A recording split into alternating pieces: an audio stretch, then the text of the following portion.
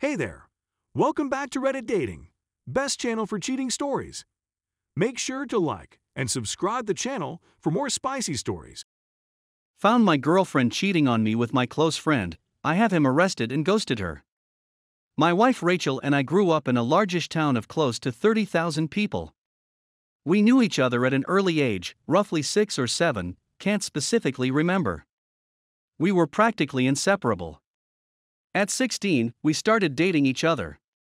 When we turned 18, we moved away for work in a city just a few hours' drive away. By 20, we were married and had bought our first house. At 22, we discovered that she was pregnant with a boy. It was then disaster struck. About 5 weeks before she was due to go on maternity leave, a large shelving unit collapsed and crushed her. I was told that both her and our child were killed instantly. 2 of her colleagues had also been injured in the accident, one left paralyzed, the other losing his leg after it had to be amputated. The company she was working for had, in a cost-cutting measure, decided to continue using old shelving that had been written off as unsafe instead of replacing it. I still haven't quite forgiven those executives and management personnel that made that decision, because they cut short the love of my life as well as killing our unborn child. It wasn't long after I was told I had a choice on how to proceed with what her company called compensation, but I called it blood money. They wanted to settle out of court to avoid a lawsuit. I, on the other hand, was out for their blood. Just to clarify here, this is not the revenge, this is still backstory. Fortunately, due to the coverage that it got, and involving several politicians, the case was settled quickly in court, roughly 3 years, in which the payout for all parties was close to 10 times the amount that they had initially offered. A lot of fines were given to them for breaches on work, health and safety, executives were sacked, others were jailed, etc. A story for another time maybe, when I feel comfortable sharing. In this time, I was still working my job in telecommunications. My mother, bless her soul, had moved in while all this was happening to help me. I think I would have fallen apart if she hadn't been as involved as she was. It was around this time I was offered a promotion, but it involved a lot of travel around the state. I made a request to have an office in my hometown's branch, as I wanted to not only take care of businesses in the state, but in my hometown also, as there was no business representative located there, to which they agreed. After a few months, we settled into a routine of 1 to 2 weeks in the city office, 1 week in my hometown and 1 to 2 weeks visiting the rest of the state. After a year, I decided to buy a house in my hometown, so I wasn't having to stay at my parents' place every week or so, that I was home, and that I could come and go as I pleased. This is important for later in the story. It is about 4 years later that our story begins. Sorry if the backstory was a bit long. I had just returned from one of my trips on Friday, and was checking in some stuff at my office when Harry, the branch's managing director, walked in. We had grown up together also, but had gone to different schools, but since coming back had developed a very close friendship. He asked how things were, and then asked me if I wanted to come to a house party that he was having that evening. Short notice and all, but I said yes. I felt like a few drinks with friends were in order. It was there that Harry introduced me to Catherine.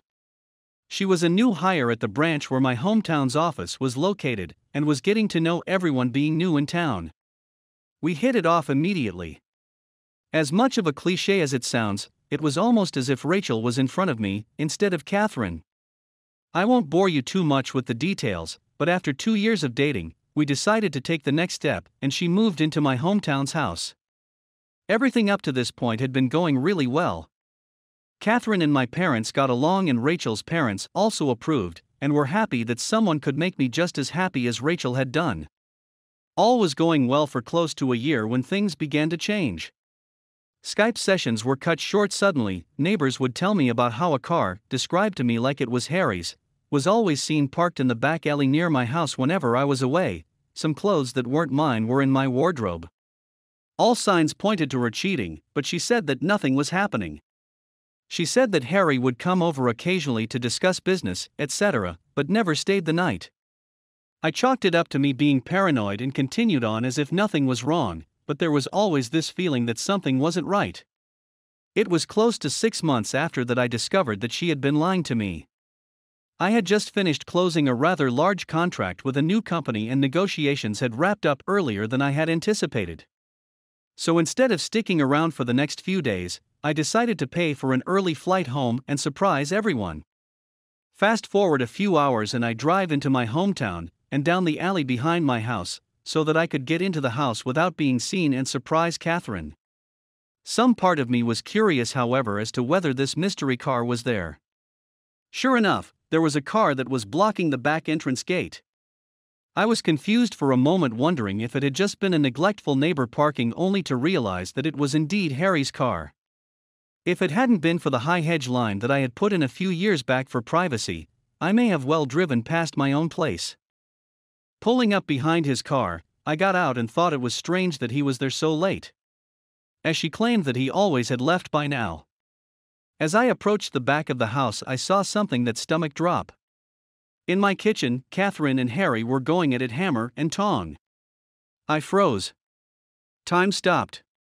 There was my close friend, having sex on my kitchen bench with my girlfriend. I didn't know what to do. So many questions were running through my head. Was this real, or was I dreaming? Why were they having sex in my house? Feeling defeated, I turned and left without them seeing me. I sat in my car for what felt like an eternity. I was crying hard. But the sadness quickly turned into anger. The same kind of anger I felt towards those that were responsible for Rachel's death. I wanted to hurt them badly. As a pacifist, I don't believe in violence. It was then I knew I was going to punish them and destroy their lives. And what better time to start than now? I moved my car back up the alley, far enough away from my driveway that I could still see Harry's car, and then walked back to the gate where I could see into the house, and called her phone. They were still going for it when it rang. They both looked at the caller ID and did a double take when my name came up. I could see that she was considering answering it, and they let it ring out. After a few moments they were back into it again, and I dialed once again. This time she did answered. As she was answering, I hung up and made my way back to my car. As soon as I did, she called me back. She asked why I was calling as late as I was, and I told her that I was about 10 minutes from home and didn't want to scare her coming in. She, obviously, was shocked and acted happy that I was coming, and the call ended very quickly after she said she was going to get up and get changed into something. I said bye and hung up. A few moments later, Harry came peeling through the gate and, still half naked, jumped into his car, took off like a bat out of hell. I smiled a little, knowing the fear that both of them would be feeling from being so close to being caught. I waited a few moments before turning my car into the same place Harry had been moments earlier. The night was fairly uneventful afterwards, and it wasn't until after she was asleep that I got up and went to my office down the hall. I couldn't sleep. I needed to plan. And plan I did. The revenge. My mother always taught me to be a pacifist and to allow cosmic karma to take its course. But on this occasion, I decided that karma could use a helping hand. I decided to punish them separately but destroy both of them. I knew that Harry had a drug habit. Nothing major, but he kept it very private. I only knew about it accidentally after seeing some coke, and we'd left out in his place, but pretended I hadn't seen it when he had made attempts to cover it up. I began calling some of my more unsavory clientele, and made a few discreet inquiries into obtaining some samples that they were willing to part with. A few days later, I had a decent enough stash for my plan to work. About a month later, I had friends, including Harry, around for a barbecue night. After making sure that I sufficiently liquored up Harry, I told him to stay the night and sleep it off. In the early hours of that morning, I took the drugs and an assortment of my personal belongings and placed them at various places around his car, with the biggest stash in his tire well. Confident that he wouldn't find them over the few months as the rest of my plan took effect, I locked the car up and went inside to sleep. I also placed some more drugs and personal items in his house after driving him home because he was still too drunk to drive. A few days later, I staged a break-in by smashing the back pane of my back door into my kitchen and leaving it open before heading back to the city for a flight. I had several messages the moment I landed. One from my clearly panicked mom, who had found the back door smashed open and had called the police, one from Catherine in tears, and one from the local police asking me to call. After returning all the calls, I informed the police I was away on business, and that I would be back the following week to talk with them. While I was away, I asked Catherine to stay with my parents until I returned, and my dad to arrange for a local security company to install cameras and an alarm system after getting permission from the cops. It was a typical "my God, this has happened and why would anyone do this?" routine. After thoroughly searching for my lost items and filing a police report, I had the security company rep explain to Catherine how the cameras and alarm system worked. Then the question I had been expecting. "What happens if we don't want our business recorded?" She asked the question shyly. But I knew why she asked. We were shown on the home computer how to stop recording for certain cameras, so we could protect her modesty. As I walked him out, I asked if the cameras were off, a security alert could be sent out. He returned and helped me set up email notifications before leaving. Fantastic. I just had to wait. At this point, I asked her/legal advice for advice on my country's couples law. I needed to make sure that my upcoming plan was legal, and that I wouldn't be forced to pay Catherine any money or equity because I wasn't sure if we were a de facto couple. I didn't want any nasty surprises where Catherine could take any of Rachel's estate away from me. Because we hadn't lived together long enough to be classified as de facto, and because I was paying all the utilities on the property she was living in and didn't pay rent, she had no legal standing to make a financial claim against me. But just in case, he drafted what I thought was a pretty solid legal document. Because of the success of having 3 to 5 representatives spend 1 to 2 weeks in larger surrounding towns including my hometown, my work approached me the following week and offered me a promotion to move back to the city and run the team that I was a part of. I said yes and started the 6-week process of transferring. Perfect. Enough time to collect all my evidence. After returning home the following week, I set about implementing the rest of my plan. I asked Harry for a 2-week vacation for Catherine. I wanted her and a few friends to go on a retreat before I made another life-altering decision. He jumped up and hugged me, congratulating me on being ready to jump again. I hugged him back, but not in the way he expected. He agreed and set aside the week. I asked him not to tell anyone, as I wanted it to be a big surprise. It was always going to be a wildfire in the office, but that was my plan. That night, I told Catherine I had booked her and 2 friends a week at a tropical spa resort. No questions asked, pick 2 friends and surprise her. She screamed like a child told she could have all the candy in the shop. It seemed to disappoint her that I wouldn't be home until the Monday she was leaving, but I assured her it would be worth it when she returned. In fact, I hadn't told her that I'd booked a 2-week trip to a different part of the country, mentally preparing for the shitstorm that would erupt as soon as she stepped onto the plane. 2 weeks later, I flew back and started driving home. When I arrived, I drove by my house and saw Harry's car. Like the first night, I parked far back and checked the cameras. I'm in my bed. Honestly, I wasn't surprised because I had been recording them for 2 weeks. Then I called the cops, blocking my caller ID. I told them I was worried about someone selling drugs or breaking into someone's property because I saw them in their car in the alley behind my house, occasionally passing something through windows to passing cars, while also looking into my yard. Then I described him. They said someone would be there shortly, so I thanked them and hung up. I called Catherine and told her I was about 10 minutes from home and wanted to surprise her. Looking back at the footage, I laugh at the commotion I missed. Harry was half-dressed and out the back door to his car in seconds. I couldn't have asked for a better scene. One of the police cars behind me saw Harry driving away quickly and gave chase. She fell asleep after pulling in, greeting an excited Catherine, and doing a few things. But I couldn't sleep. It was a carload the next day. After they left, I had to wait a few hours before starting my plan. I apologized for the late notice, but needed my place packed and moved by Friday. I told him he would need to take some boxes to a storage facility, which he said was no problem. Then I started packing Catherine's stuff. Later that day, the cops called to ask me to come identify some property they had seized from a suspect the night before. I smiled, pleased with my plan for Harry, and replied that I would be there shortly to collect it. The items were still missing when I arrived, presumably because they were still in his house and hadn't been searched yet. The town was abuzz with news by now. My hometown's secrets don't last long. Harry was disgraced and fired for having drugs and stolen property, and our respective bosses apologized to me in writing last week. At my parents' house that night, I told both mine and Rachel's parents what had happened, but left out certain details, and that I was moving back to the city after being promoted. In the beginning, they were displeased that I hadn't informed them, but they were pleased that I wasn't descending to their level, though they disagreed with ghosting Catherine. Afterwards, I went home.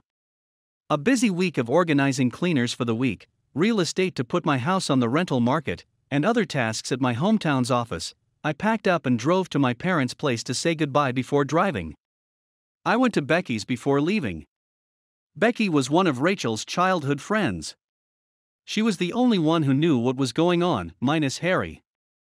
I couldn't have done it without her help.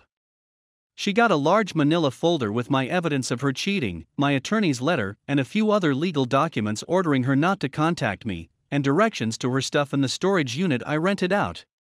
I said my goodbyes and drove back to the city. I awoke Sunday to several missed calls, voice messages, and texts. Unaware of the town's commotion, Catherine returned home early to find an empty house and a for rent sign out front. Fearful, she ran to my parents' house, where they promptly shut the door, forcing her to call everyone until she was contacted by Becky, who said she had a package for her. I was told she didn't like it, which I knew from her angry texts and voice messages accusing me of setting up Harry, lying, etc. I was afraid she'd show up at my door, but nothing happened. After 5 weeks in a promotion, I write this for you, dear reader. My original 14-page story, double what this story is now, took a few rewrites, but I feel that most of what I said was important enough for the story. Thank you, and holy cow, this blew up. Thank you for gilding this account, even though it is a one-time use account. I am still at work and will answer any questions and provide any updates after I finish. Rev 2, now that I'm back home, I've decided to spend some time answering questions and clarifying things rather than responding to everyone. So people always ask me what happened to Harry, why I was so harsh with him, and why I would incriminate myself, especially online. Harry faces a few months in prison for his first offense, but could be out sooner, according to friends back home, so I felt it was necessary to the story. No one but me knew what I had planned for Harry, so I omitted some crucial details that could have identified me, and changed some of the descriptive language about locations to allow this story to be set anywhere in the world. If you're wondering if I'm worried about Harry finding out and reporting me to the cops, I'm not. I know Catherine has an account, but I haven't seen any recent activity from her. Who knows about other Redditors? Most of my main account's friends will recognize this story if they see it, but I can't say about their browsing habits outside of the subreddits we frequent. People have asked why I didn't do more for Catherine, or why I stayed so long. I almost kicked her out after a few days, but I wanted to gather proof of her cheating and show it to everyone she knew. I knew exposing her as a major socialite would ruin her reputation. What happened to her? I'm told she was recently transferred to another state. According to the people I spoke to today, she was mostly administrative before her transfer, due to the backlash from the rumor mill. People have questioned my actions, such as moving her stuff, sending her and friends away, and spending a lot of money on the trip. Morally, I think it's a smart move to raise her expectations of what will happen. My ultimate goal was to have her experience what it was like to have everything fall around you, along with her social status. But legally, I was in the right. She had never updated her personal information, driver's license, voter registration, etc., to reflect her move into my house. After talking to r/legal, I learned this during my pretrial preparation with my lawyer. I was able to do what I did because I had no proof that she was living there, and we didn't have de facto status. And finally, for those of you who are accusing me of being a karma whore, a sociopath, who doesn't have some sociopathic tendencies nowadays, and citing my malicious compliance story as proof, I will be honest and say I won't try to change your minds. Everyone has a right to an opinion on stories shared on Reddit and those who share them. My original post on r/pro required me to build up enough karma before they would allow me to post because they suspected I was a bot. That story, which I only edited in because I can't remember it all, happened and was soon covered nationally. It was close to one of the largest roaming bills our company had ever passed on to a customer. I'll keep you informed if anything changes.